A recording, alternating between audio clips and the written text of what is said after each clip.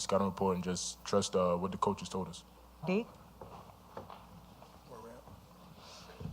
Hey, Coach. John Titel from HoopsHD.com. How you doing? Just wanted to ask about Nowitzki last week, able to come out and perform. You know what, Ijan, I'm around him, and I'm really proud. Preseason, no one really expected Fordham to make it past even maybe day one of the tournament. So what does that say to your guys and maybe even your coaching that you guys are now heading to day 3 of the tournament and really kind of blasting past any expectations you guys had in the preseason? You know, we set our own expectations in the preseason. We didn't really look at anything anyone else talked about us. And we're a brand new bunch. A lot of new guys, a lot of new coaches. Our AD is new. Everyone is new. So we just created our own expectations. We didn't look at anything anyone else said about us. Gentleman over here, yes, go ahead. Coach, in my estimation, you put together a really good dynamic staff. What do guys like Coach Nima, bring to the table, and how have they functioned up on Fordham Road? Yeah, Nemo Midvar we're really lucky to have him. You know, he's been all over the place from Maryland to NC State. He's been assistant coach. He's been the director of basketball operations at an extremely high level. And we honestly, I wanted someone on our staff in that operations spot that was pretty much another coach. And that's what he is for us. He's a great mentor to our guys. He basically runs the show, does everything for us in terms of travel, and then he still knows his X's and O's. He's really good with the guys. Can't say enough good things about him. Oh, I'm sorry, did you have another? No, I'm somebody else. Oh, I'm sorry, I didn't see the mic move up. Thank you. Patrick Stevens for the Washington Post. Kyle, just when you look at the stats, you guys basically got a split in the paint, and you forced them into 6 of 27 from 3. How significant was that in your game plan, and just in terms of forcing them to beat you from the outside rather than let Oduro do a bunch of damage? Well, I mean, it's pretty. They have a pretty dynamic team, obviously with Oduro inside, and then they got a couple dynamic shooters on the outside. So it was a little bit of pick your poison.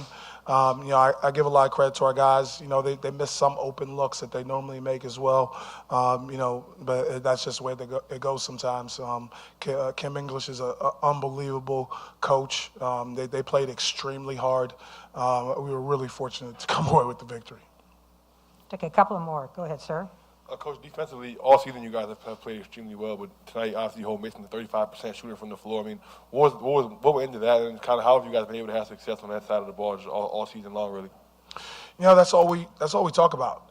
If we go into a game and we defend and we rebound at a high level, and we just don't make shots that day, we'll live with that. As long as we're actually defending and playing hard as we possibly can. So, that's all we talk about. So our guys, I think, have taken to it a little bit and starting to take pride in it.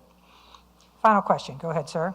Hey, Coach. Tyler Barham, NBC Sports Washington. How you doing? When Josh Oduro got his 4th foul midway through the second half, did you guys change your approach at all, or did it just open the door to allow you guys to do more of what you wanted to do from the beginning of the contest? No, I mean we were gonna go down with Chuba regardless. So he's our guy. He's been our guy all season. I mean, if he was in there, we still would have went and had him. So, Coach, thank you very much. Thank you. Appreciate it. Yeah, you need additional interviews, please get with Joe, their SI.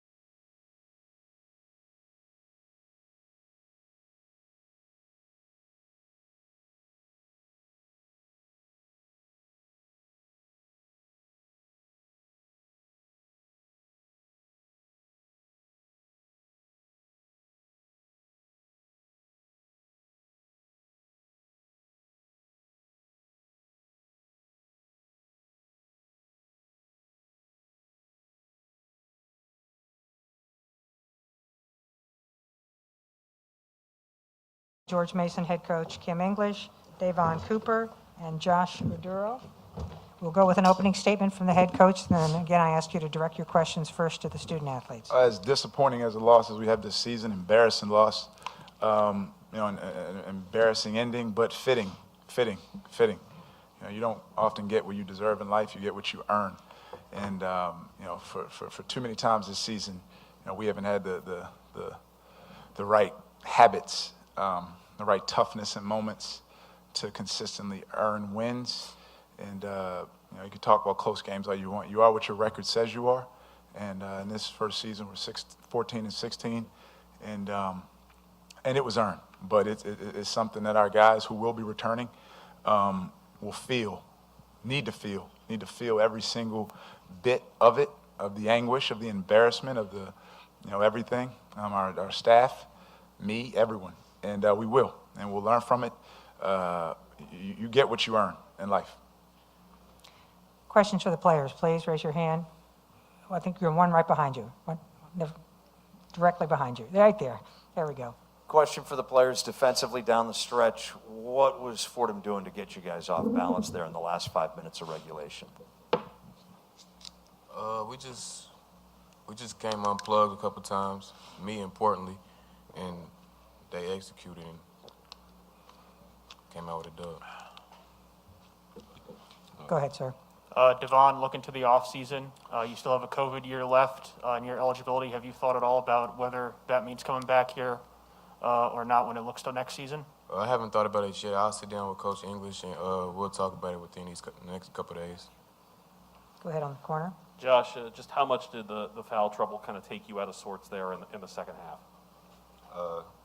It was tough. I gotta be smarter sometimes on the defensive end, knowing to give up. I thought they were great defense. I thought it was great defense. I thought it was perfect defense. I thought it was perfect defense he played on his fourth foul. He could not have played more perfect defense, and the referee said as such. Yes, sir. Go ahead. Josh, could you talk about your physicality in the paint today and matching up against Fordham's Chuba Ohams? Yeah, he's a good player. He's physical in the post. I'm not really sure what you're asking about that. Can you specify? Can you rephrase it? Yeah, sure. Just what your game plan was in terms of just playing down low today, offensively. Just same thing as usual. Just stay low, be patient, take what the defense gives me. For both of you guys, just with what Coach was saying a little bit earlier about how this season has unfolded, just how much frustration was there just in the number of tight games that you found yourself on the wrong end of, and just what do you kind of take away from that big picture? It's tough and it hurts, but we fought at the level of our preparation, so we're gonna bounce back next year. And we played in a lot of close games, and we just came up short. So like I said, it's just the little things to get over that hump. Gentlemen, go ahead. Daniel Frank from A10 Talk. For either Davon or Josh, you played Fordham twice this season, and both times couldn't get to 50 points. What in particular about how Fordham defended you all presented specific challenges for you all? They muck up the paint. They play an interesting zone kind of defense. So they take away a paint possession, so they can make it tough like that. Take a final question for the players. Gentlemen, right here in the front row. Oh, you wait for the microphone, please. There you go. Josh, for you, I know it's obviously not the ending that you wanted for your season, but for you being the first player to make the A10 first team all conference, I mean, just what does that mean to you? And just despite not having to reach the team accolades, what do you kind of take from that this season? Doesn't really mean anything to me. We lost on the second day of the tournament, so we're gonna bounce back next year. Gentlemen, we'll let you guys go back to the locker room. Thank you very much for your time here. And now we'll take additional questions for head coach, please. Over here on the side. Name and affiliation again, please, if you will.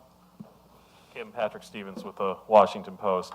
What do you feel like are those lessons that you were kind of alluding to earlier that you're going to have to implement in your program heading into year two? Yeah, a lot. It's you go all the way back to day one and just doing a better job. We're going to do a better job implementing and demanding and holding our standard of toughness, of defense, of rebounding, of ball security, a better job, a much better job and continue. I told the guys, every single lapse, it falls back on me. Like, I am not pushing this on these kids.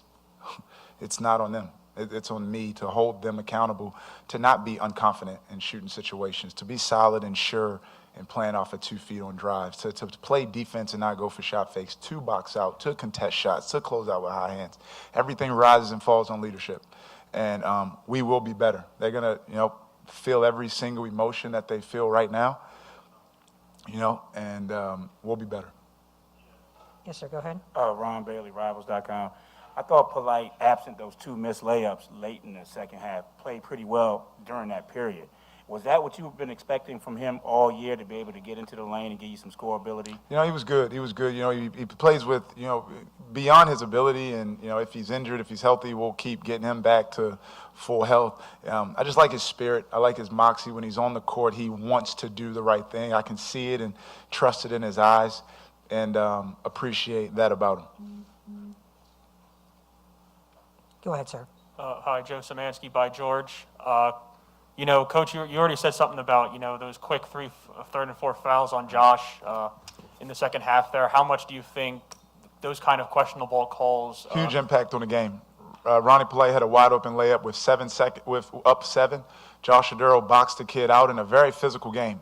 I think Fordham maybe may foul the most in our league. Josh, in a very physical game. Physical games are okay. That's fine. However the conditions are, that's how we like it. Ronnie had a layup. A very physical bang-bang play was called for his 3rd foul. Josh Aduro goes down. He's doing a tremendous job guarding Oham's only right-hand post offense. He shoots a right-handed shot through Josh's face, and he's called for his 4th foul. Inconsistent to the way the game was going. Huge plays. In the back, sir. Yes, go ahead. Dave Preston, WTOP Radio. Oham's day this afternoon. What was the biggest challenge in trying to? No challenge. He said 20 points on 20 shots. There was no challenge. Yes, sir. Go ahead. Over here. Coach, Daniel Frank from A10 Talk. You all had the last 2 games of the season, today and against UMass, were 2 particularly close games. And to end the season, I believe you all lost 9 of the last 12.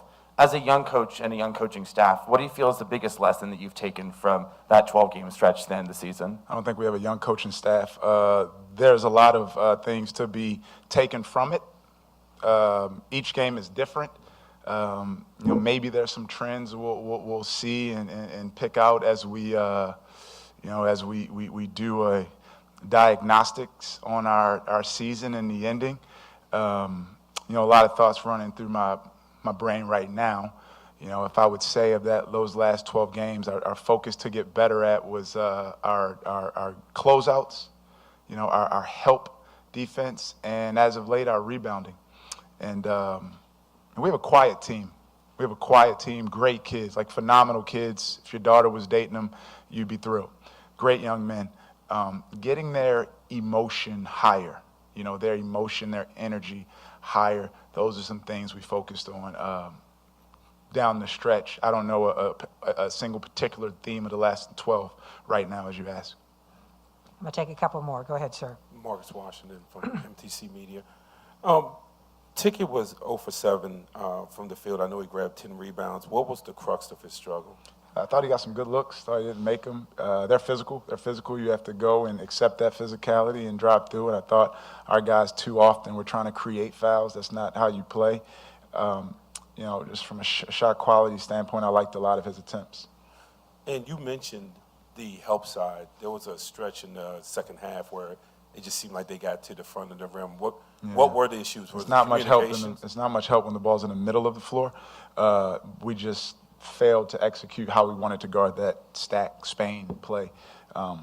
Didn't get it done on how we should have been guarding it. And they did a better job. They disguised it better than they have in the past. They did a good job. Okay, over here. Yes, sir. You just mentioned in a recent question about emotion in your players. Is that something you might try and potentially look for in the transfer portal this offseason? Is there someone who is that loud voice, who does have that emotion and shows it on all occasions on the court? Yeah, well, we'll see. We'll see what happens as far as attrition goes and as far as player acquisition goes. As of today, it's our job to build it in the guys that we do have. And as things change in our roster over the next few days and weeks, that is something that we value in recruiting, is leadership and moxie and toughness and an edge.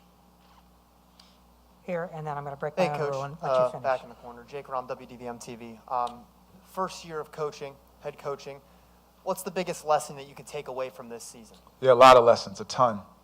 I mean, they've been, trying to improve in certain areas throughout the season and in preparation and in-game coaching. It's been great. You can't ever, you got to go through it, and I think I said to someone the other day, it changes per team, right? I think, Jim Boeheim or Coach K or Leonard Hamilton are still learning within their seasons with their teams.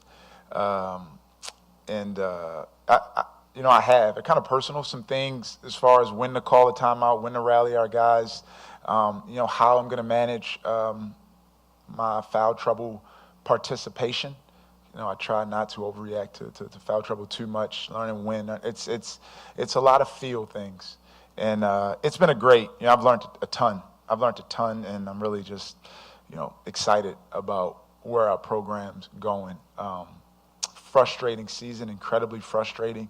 But of all my frustrated nights of watching film, I always have a chuckle of encouragement because know where we're going to be with what we have and what we're going to continue to bring in. Last question. Go ahead. Hey, Kim. Tyler Byram, NBC Sports Washington. Along the same vein, obviously the season didn't end the way that you guys would have preferred, some ups and downs throughout the year, but as a whole, how would you kind of evaluate this first season with this program? Ups and downs. When you talk these, possession games, I think it's 9 or 10, whatever, we've lost games by 1 possession or 2 possessions.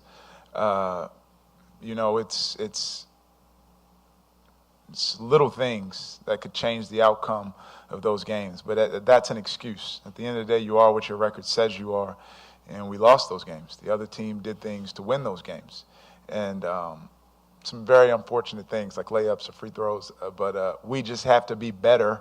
We have to continue bad calls from officials. We have to be better to widen that margin of error so that we can win in spite of. We're going to win in spite of. That's what the best teams do, and we will. Thank you, Coach, Thank you, very guys. much. Thank you, everyone. We'll be back here after the conclusion of the second game.